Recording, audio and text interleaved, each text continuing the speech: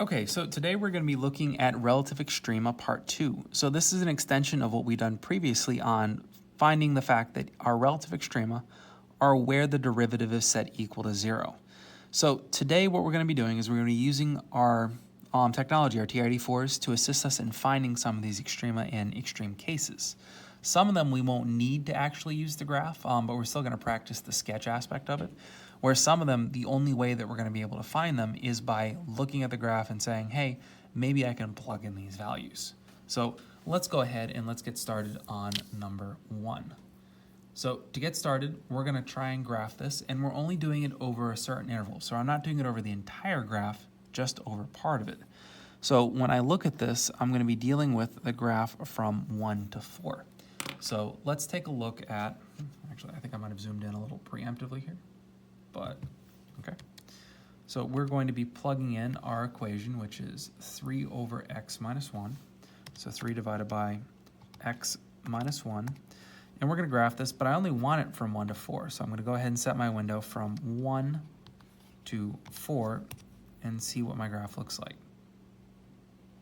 So here we go. So our first sketch looks something like this. So it comes from up high and it goes down low. Okay. So in the window, there's probably more to this graph, but I'm looking at roughly that part of the graph. And so with the extrema, I need to find highest points and the lowest points, which it looks like in this case, I'm going to find a high point up here and I'm going to find a low point down here. Doesn't look like there's going to be anything that's going on right there, which unfortunately is going to mean that the value that this produces might not be those points. But let's go ahead and try and find that out. So if I take my f prime of x, what I'm going to look at is I'm going to say, okay, so this is 3 times x minus 1 to the negative first, which then I'm going to go ahead and use chain rule on this, which says if u is x minus 1, u prime is 1, f of u is going to be 3u negative 1. So f prime of u is negative 3, u negative 2.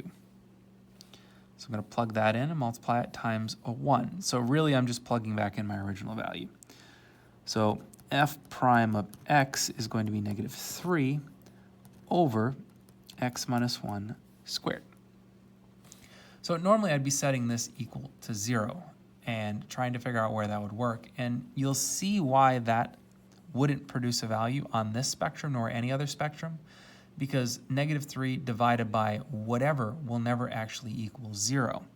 The only time it will equal 0 is if this is some type of infinity, which if we actually zoom out, this is a rational function. We know the only time that will hit an extreme value is at 0.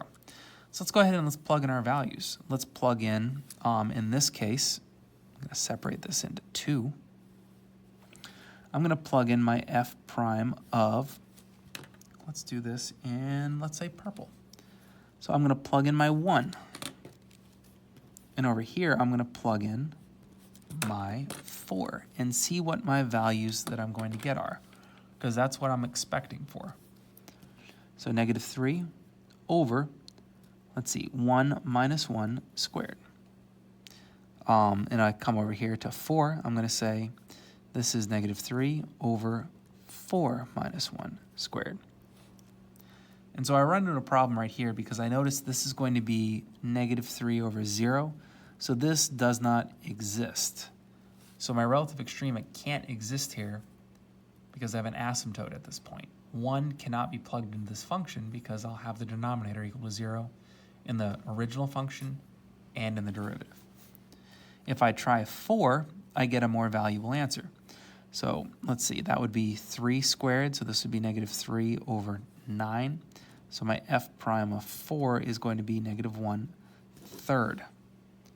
So again, not something that is 0 like I hoped for, but on the scale of this graph, this is going to be the best we can do. So my relative extrema is going to be at, on this value, let's write this. Why not? Let's do it in red.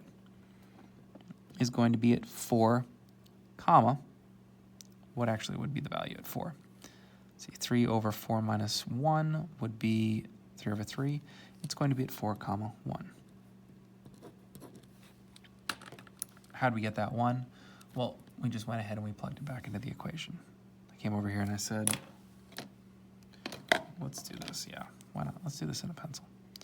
So I said, let's plug in f of 4 and get 3 over 4 minus 1, 3 over 3, which is 1, and that fed me into my 1. Cool. So I don't have an extrema on the left. I do have an extrema on the right at 4, 1. Awesome. So let's pop off into the second one, or number 3.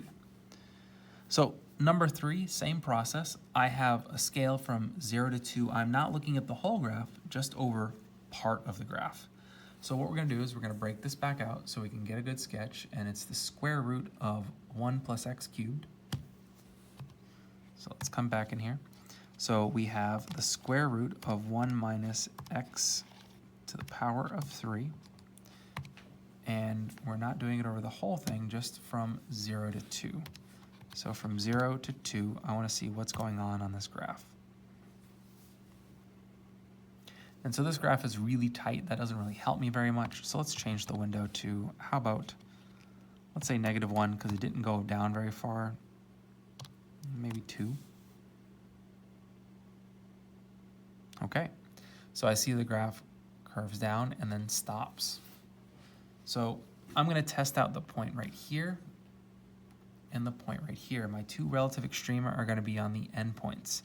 So I need to figure out what my x value is right here. So I'm going to calculate the minimum value. I actually don't know if I can do that. Oh, it's going to give me 1. Boom, at 1. So I know that this value right here, if I sketch it, it's going to look like this. Oh, stops. Doesn't actually go below there. I'm only looking at this part of the graph. So I'm going to try out this point and this point. So I know I'm going to try out x equals 1, and I'm also going to try out x equals 0 on whatever we get. So let's go ahead and let's find the derivative of this. So let's see. That is going to be, the best way that we could do that is if u was 1 plus x cubed. So u prime is going to be 3x squared. That would mean f of u is going to be the square root of u. So f prime of u is going to be 1 over 2 square root of u. I'm going to plug that in there and multiply it times this. So I have a 3x squared up top times 1 over, let's see, the bottom is going to be 2 square root of 1 plus x cubed, g prime of x. This is my derivative right there. And I want to try plugging in those 2 values and see what I get. Are they actually extrema or not? So let's go ahead and let's set this up. Okay. So what I'm going to do is I'm going to plug in a 0. And so let's say g prime of 0. And over here I'm going to say g prime of 1. I'm going to try these 2 things out. So g prime of 0 is going to give me 3 times 0 squared. I'm just going to write that as a 0 over 0 right here is going to be 1 plus 0. So 2 times the square root of 1, which is just 1. So that is going to give me 0. So I actually do have, in this case, a maximum. Because when I plug in a 0, I have a 0 slope. Over here, what we're going to check out is plugging in the 1. So this is going to be 3 times 1 squared over 2 times, I'm going to turn that into a square root sign, 1 plus 1 cubed. So this is going to end up giving me a 3 up top, 2, so that's 2 square root of 2. So this is not going to be an absolute, but it's going to be pretty close because we see the graph is plunging downward, but at this point our slope isn't a 0. So it's not at some sort of crest or some sort of trough. It's at the edge of a graph. So the slope is still there, but it's not quite at a 0 value. So we have what we call within this interval, we have a local extrema at the point of, let's call this 1 comma, and if we plug in a 1, what would we get? 1 cubed is 1, 1 plus 1. We have a local extrema there. Over here, we do have an absolute extrema because our slope is 0, which means that is the peak of something. So this is an absolute extrema at, let's call this 0, comma, and if I plug in a 0, that's the square root of 1, 1. So I have an absolute extrema up here and a local extrema right there. Now, really, we're only concerned with the interval right there, but it works out. So now what I want you to try is I want you to go ahead and try out number 5. Go ahead, pause the video, unpause it when done, and see how well you did.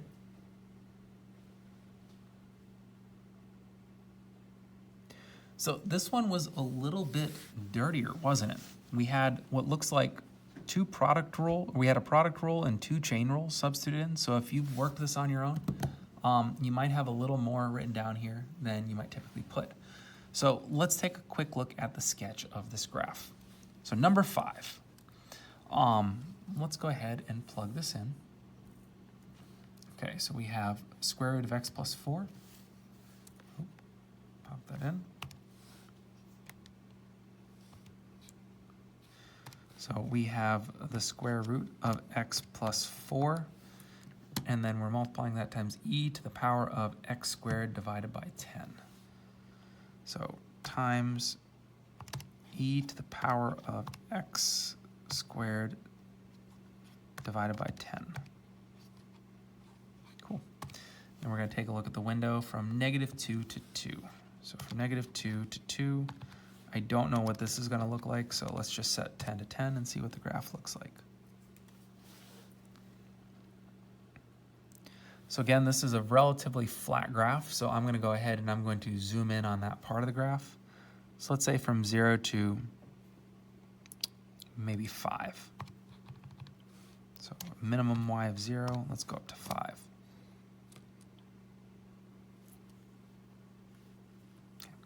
And that's a much more useful graph.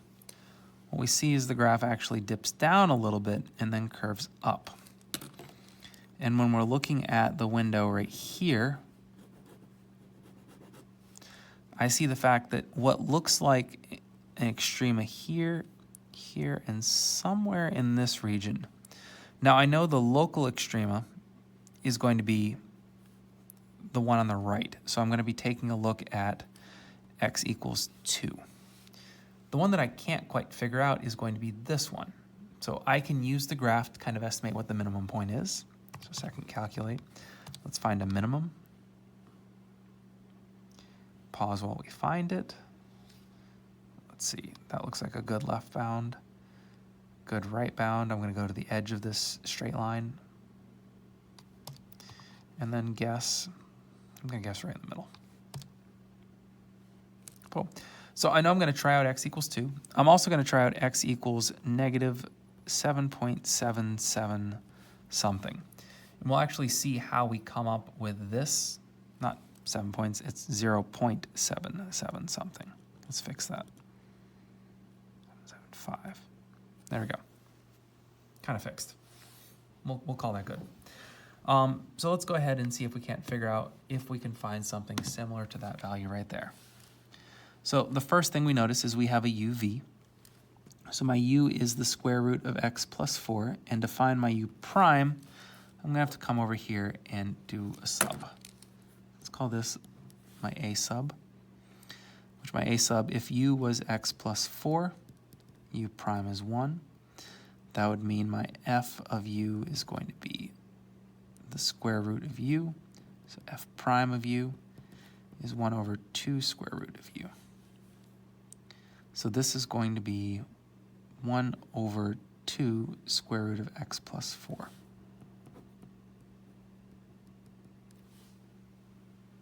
Awesome. the next thing I'm gonna do, I'm gonna say v is equal to e to the power of x squared over 10, and find v prime. Well, I'm gonna have to come do another routine. So let's say b. So for this, if u was x squared over 10, u prime, let's see, that's 1/10 times 2. That'll be 2/10. That'll be 1/5. So 1/5 x, or x over 5. So that means my f of u is going to be e to the u. Cool thing about that is my f prime is also e to the u. So it's going to be e to that times this. So I get 1/5 x e to the x squared over 10. Awesome. So there is my other one. I'm just going to put all of this over a 5 and see if that makes a little more sense. So x e to the x squared over 10 all over 5. Boom. So I have, let's see, chain rule 1, chain rule 2, and now I have to do product rule. So I'm going to pop my little swish swish. So vu prime is going to be e to the x squared over 10 times u prime. So I'm just going to go ahead and put that in the numerator and have this as the denominator. So 2x plus 4 square rooted plus this. So I've got a lot going on up top.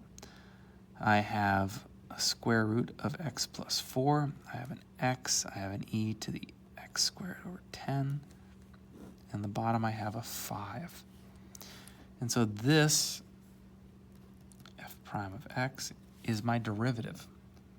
Now I need to either plug in these points, which this point shouldn't be too hard to plug in. I can figure that out real quick.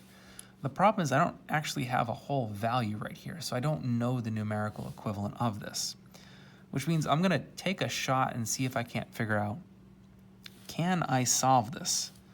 Now, if I just needed to figure out, is this actually the extrema, I would plug that in, which normally you just navigate back and forth in the calculator. But I'm gonna see if I can't set this equal to 0. So let's give this a shot, and I'm gonna pull up green. What I notice is that each term I have an e to the x squared divided by 10, which means that I can factor that out and say, hey, e to the x squared over 10 could be equal to 0 and solve that. I also know e to no power will be equal 0, so there is no solution right here. What's left is this.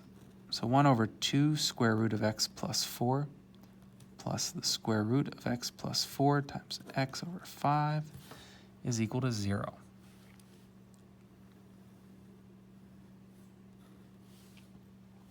So I'm going to see if I can't solve for this. So the first thing I'm going to do is I'm going to subtract that over there. So I'll be left with 1 over 2 square root of x plus 4 equals negative x square root of x plus 4 over 5. I'm going to cross multiply. So I have a negative 2x. Square root times square root is x plus 4. That's 5. Boom. I have a quadratic.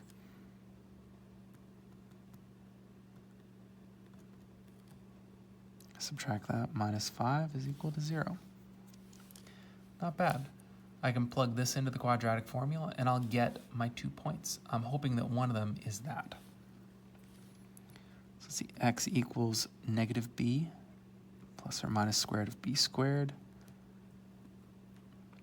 minus 4ac, so minus minus minus, that's 3 minuses.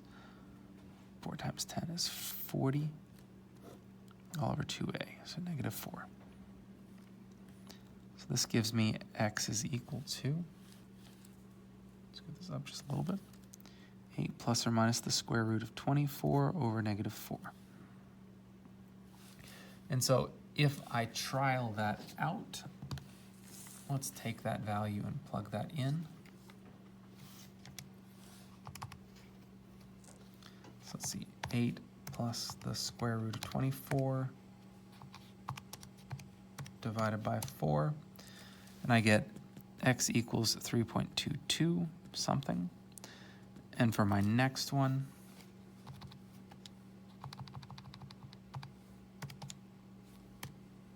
I get that same number. Oh, that's a -4, by the way.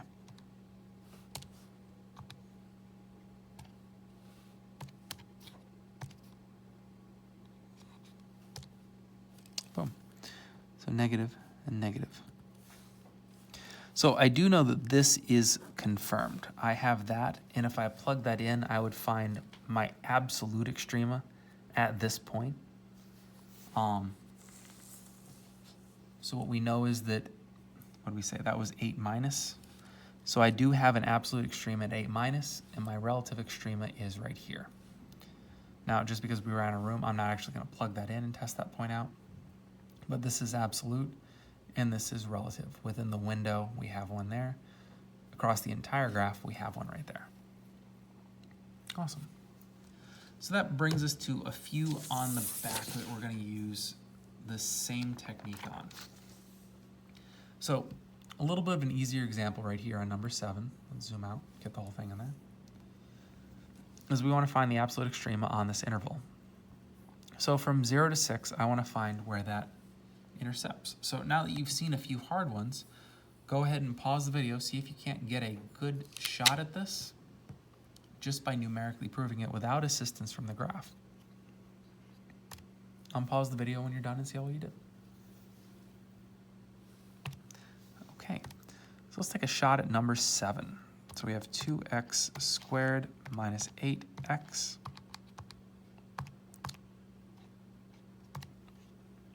from 0 to 6. So from 0 to 6, let's say -10 to 10.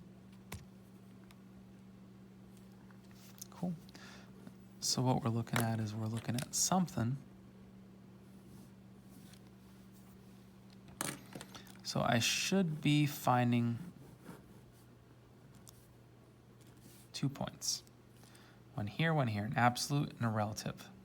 So I'm just going to go ahead and say I do have a relative extrema at 6, comma, and if I plug in a 6, 36 times 2 is 72, minus 6 times 8 is going to be 48. So we say 72 minus 48. Too many things holding on in my head for a moment.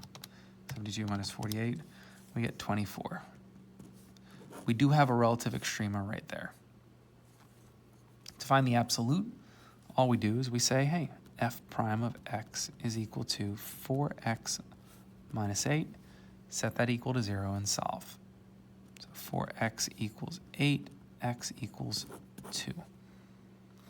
So I have an absolute extrema at 2, comma, let's plug in the 2. So 2 squared is 4, 8. So 8 minus, let's see, 2 times 8 is 16. It's going to be -8. Boom. Let me get that. So see, not bad. You can use the graph to your advantage to make sure that you're trying out the right spots. We got a 2, that looks good. -8, that looks good. 624, also good. So, one more. Now, with this one of the things you're going to notice, this is an absolute value. An absolute value, when we try and graph that, this is non-differentiable across the extrema. So when I plug this in, let's see, we got 3 minus the absolute value of x minus 3. And if I look at that window from -1 to 5,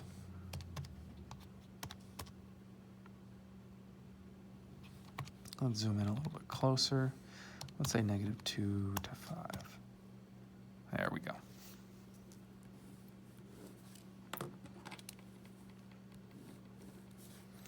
So what we see is that I'm trying out a point right there, and it looks like with where I'm scoping out, I have a relative one right there. So I have a relative extrema at -1, comma, if I plug in a -1, It's -4, so that's 4. 3 minus 4 is -1. So boom, we check that one out. What I want to find is I want to find this one. So I can trace all the way up to the tip top. Looks like we're right around x equals 3. So let's try this out. So g prime of x is going to say find the derivative of this, which that's going to say, hey, how about we scratch that out and say u is equal to x minus 3, which means u prime is 1. So f of u is going to be the absolute value of u. F prime of u is going to be u over absolute value of u. So that means x minus 3 over absolute value of x minus 3. Don't forget to keep the negative. Awesome.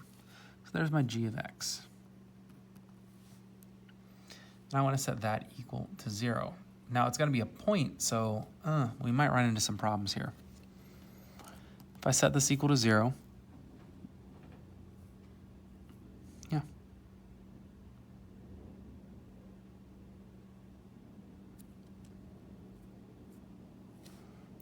so at this point we can't solve it.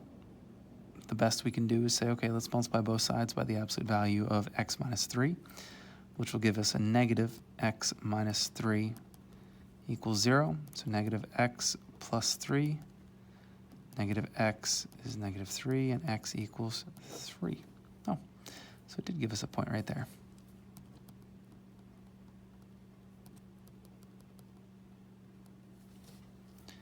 3, comma, let's see, plug in a 3, 3.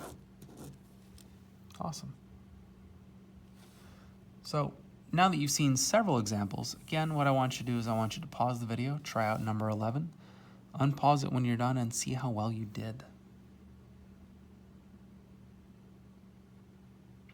Okay? So this one was another fun one. This one, it looks like I have a product rule, and I also have a chain rule within the natural log. So the first thing I'm going to do is I'm going to sketch this from 0 to 3. So I come over here and I say, okay, what does the graph look like from 0 to 3? X times the natural log of x.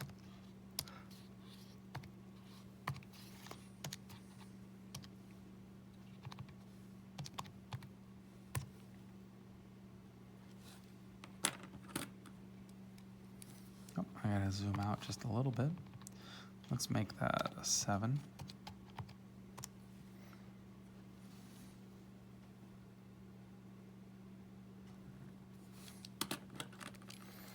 So I'm looking at this part right here. So it definitely looks like I have a relative extrema at the two ends. This one may or may not be at the origin. So we're going to try and find our best at, it looks like I have 2 relative and relative. I'm not sure. So I'm going to plug in a 0 and a 3. So the first thing I need to do is figure out what the derivative is. So u and v, u is x, u prime is 1.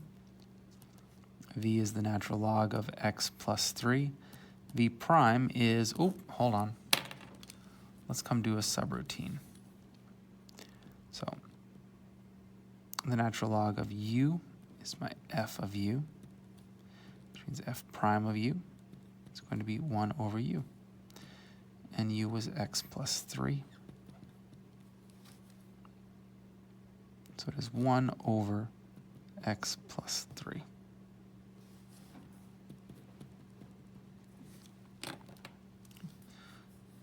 Do my little swirl here. So natural log of x plus 3 plus x over x plus 3 is my derivative. So now I'm going to take these values. I don't know why I'm working all the way on the edge of the screen here. I'm going to take these values and I'm going to try and plug them in. So I'm going to plug in a 0 and plug in a 3. Because what I notice is the fact that the only way to solve this is a method that's going to be slightly beyond me. So the best that I'm going to do is I'm going to say, let's plug in our two values. So let's plug in h prime of 0. See what we get, and plug in h prime of 3 and see what we get. So the natural log of 3, 0 divided by 3 is the natural log of 3. So we do get a relative extrema here. So let's see what we get there. The natural log of 3.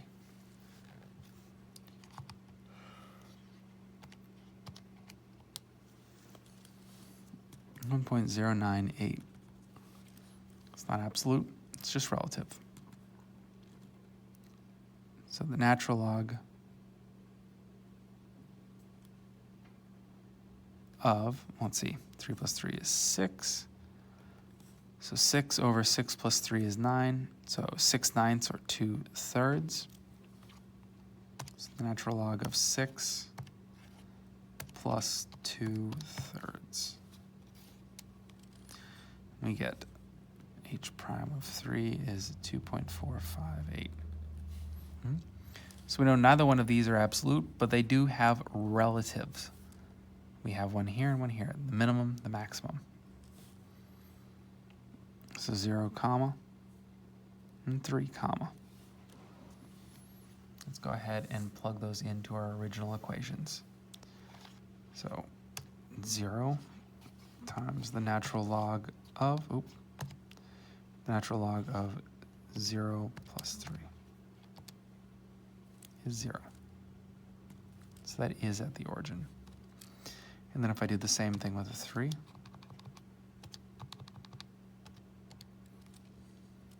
I get 5.375.